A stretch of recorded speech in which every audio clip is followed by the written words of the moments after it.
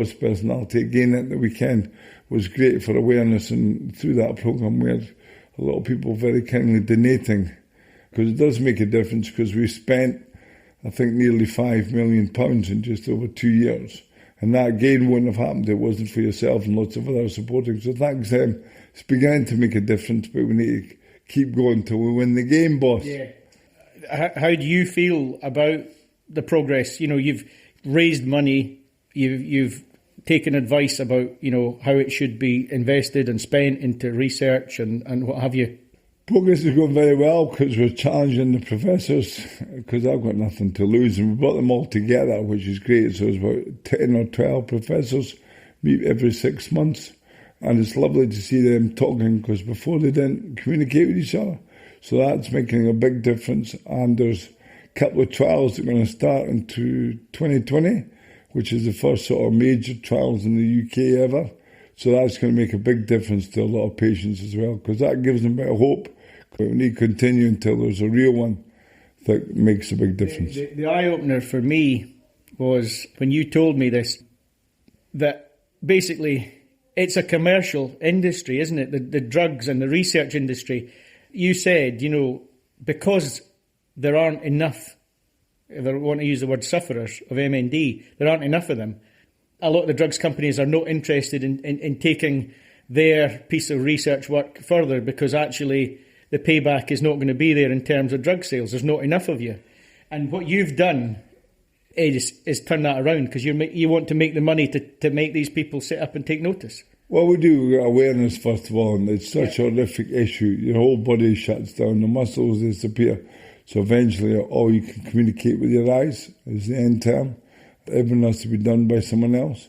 So totally horrific. So with that, we need a bit done. But yeah, again, go back to what I was saying. We've got a problem. What's the solution?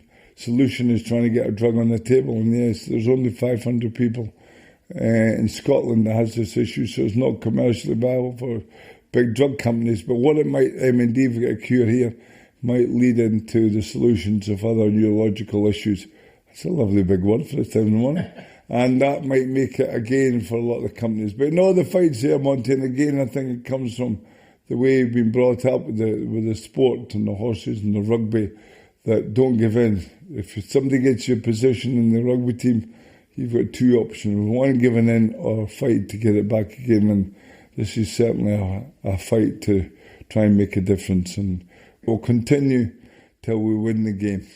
So, yeah, basically, so we're here and we're having a bit of a chat, but in about half an hour's time-ish, you've got the Lauderdale Hunt coming, and they're going to be, I don't know, on a day like this, maybe 25 horses and the hounds, obviously.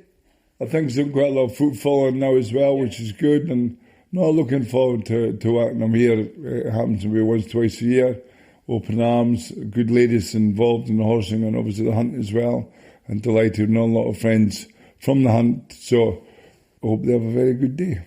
Do you miss getting on a horse yourself, Doddie? I do a little bit now. I was in the horse in Lauderdale coming round last year, and again it was another mental thing for myself, just to say I can and I will, but this time where maybe the balance is not quite as good, so it would be a bit silly to do that, because if I happen to fall off, it could be quite tender. Even just, I've got to remember I've got an issue. That's the biggest thing nowadays. So when I fall over, I can't put my hands out. I've just got, it's like falling over, your hands in your pocket. It's quite sore. You'll be okay because you're a bit closer to the ground, so you won't hit it at the speed that I hit it. It's a big thing in this area. We're talking about the hunting, but the common riding is certainly a big thing in this area. And it was great to see Doddie taking part. But again, the reason behind it was, again, for self-esteem. My auntie, it was her 50th year when she was Connacht's lass, so I was there to support her, and it gave me an excuse to try and get on the horse and go, and I thoroughly enjoyed it. But again, it's a country life, going back onto doing something to do, getting away, keeping your mind fresh, and going back to what the interview is about, the farming. Farming's just been amazing, thoroughly enjoyed it. The sheep and beef that we've got here. Although unfortunately we've had to get rid of our cows because I can't calve and catch the calves and cows anymore. And my good lady's a bit scared of the cows, and the kids are away doing other things, and you don't want to come reliant on other people. But we've got some store cattle in now. So I do like to have a bit of cattle around the place, so store calves back in to see how they go. We were talking about that on the way up here, Doddie. We used to see you racing around here on a two-wheel motorbike, and that was you checking your stock and what have you, and it is hard that you're not able to do that now. Well, you see that, though, Monty. You see, this is where I think it's all wrong, because it's adapting to the issue. So maybe don't go on a two-wheel motorbike. We've got a four-wheel motorbike that we have a shot on and don't give out. But again, that was getting a bit hard. I got stuck in the bank another day because my thumb's quite weak to try and power it. So we've got a four-wheel drive machine now just to allow me to go out and go around the stock.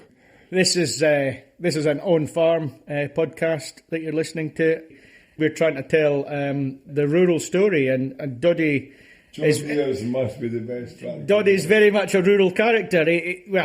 John Deere, was it not the story that you told that your father had, was it Fiats in the old days, and you refused to drive them, and that's how you ended up going into the sewage business? I was thinking that would be probably right, but Fiats wasn't a bad tractor. The old International 494, I think it was, as well.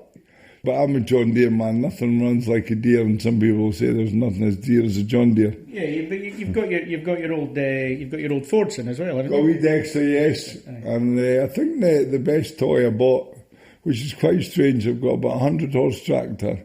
I've got a big JCB foot lift, and now I've only got about 100 odd sheep. Again, how farming's quite exciting. It's always try to move forward, try to stay ahead of the rest. And that's why I quite like about farming, to keep thinking how to do that, whether it's to tidy your farm up, because you know yourself, it's here on the dike thing, if you let a hole in the dike fester, 1 year it'll be 1 yard, the next year it'll be 5 yards, so try to tidy that up, but also with the breeding of your sheep, trying to always improve, to try and see how you can improve, have a look to see what sheep. I enjoy going to the market on the Mondays, just to see the trade and the buyers, to see what lambs are making good money, and then you try and bring that home as well, do a bit of research. Can we have a wee bit of a quick chat about shows and events and how you see them in terms of, either socially or business improvement? I mean, how do you see the traditional sort of agricultural shows in this area? Very good question. I think are vital. You've got the Highland Show, which is the pinnacle. But the Border Union Show, I was in the committee, it's an amazing 2-day show. You have a look what the show involves, it's just amazing. There's something for everyone. You've got the showing of the pedigree sheep and cattle, or non-pedigree, but that's very important for people moving forward to get better prices for the cattle, winning that standard of show, which is a very high standard. You've got the horse class, which is many a class. You've got the machinery for people who want to go and see it. You've got the shows and all the hop-ons for the kids. There's the education in the countryside area. You've got the home production, so your sausages, your beer and everything. It's just a wonderful show, and these shows are vital for, I think, the future of farming in a way, to educate and allow people to enjoy what the countryside has got, and long may they continue. So, Doddie, we were having a chat about, what you've done for long before the MND thing. You've spoken at dinners and you've done a lot for various rural organisations and charities and what have you. What more can we do as the rural borders, as a farming community, as people listening to this? What more can we do to help? Farming community, Monty, like we mentioned to yourself, been so supportive to date. A lot of people have been donating sheep, taps, or selling off cows, semen even, and it's just been so unbelievable. If anyone is listening to the lovely podcast here, if they feel they would like to follow us in some way or shape of support, we've got a website, myname5doddie.co.uk. Go on the website, there's lots of different functions that are available, dinners, dances, auctions, and even donations as we'd like to do it, because as I mentioned before, it is making a difference. We have to keep continuing the approach and challenging these professors. I'm just thinking of some of the things that you mentioned there about how the rural community, if you like, have supported. I mean, one of the ones that got me was two young boys from the Isle of Iona who had raised their pet lambs. A pet lamb, just for the listener who won't know, would be an orphan lamb that was, hadn't a mother, was raised on a bottle of milk, as it were. And lo and behold, these two boys had these lovely prime lambs ready for the butchers, and they sold them. And rather than it being their pocket money, the money went towards went to the My Name's Doddie Foundation. And I just think, little stories like that was really a sort of illustration of how everyone's trying their best, and you've been an inspiration and got people to do that for the MND cause. That's very kind of these boys, yeah, was one of many, and it does bring a tear to your eye, especially when kids are involved. And it's just thanks to them of where we are, and I'd probably dedicate, that's why we're still living after 3 years, because they're amazing support.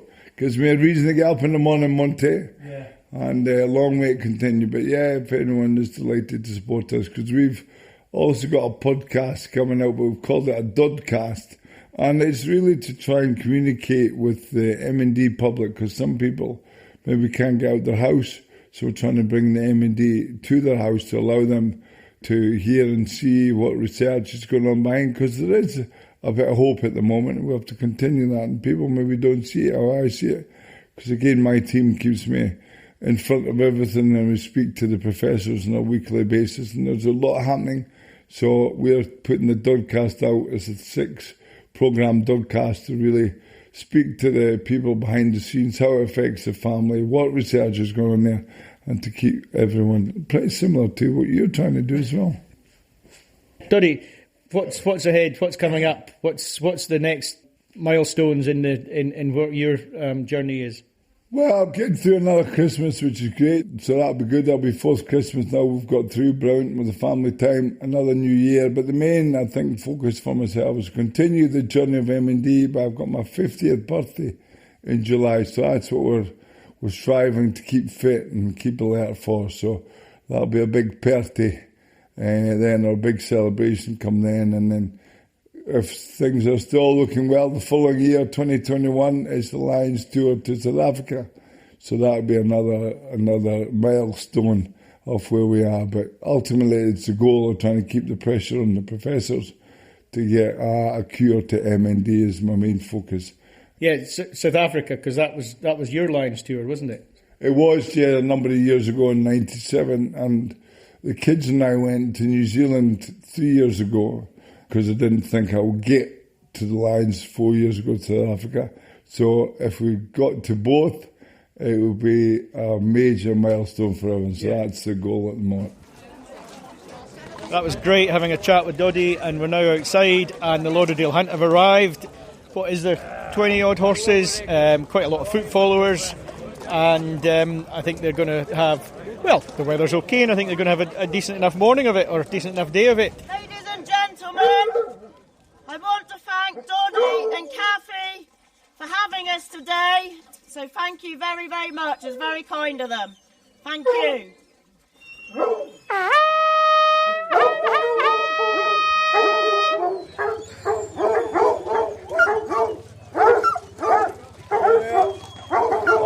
Oh, pleasure. Morning. Save me, Billy boy. Go on, pleasure. Rosemary, keep the reaches clean. Pleasure. Gwenny, we'll see you in return.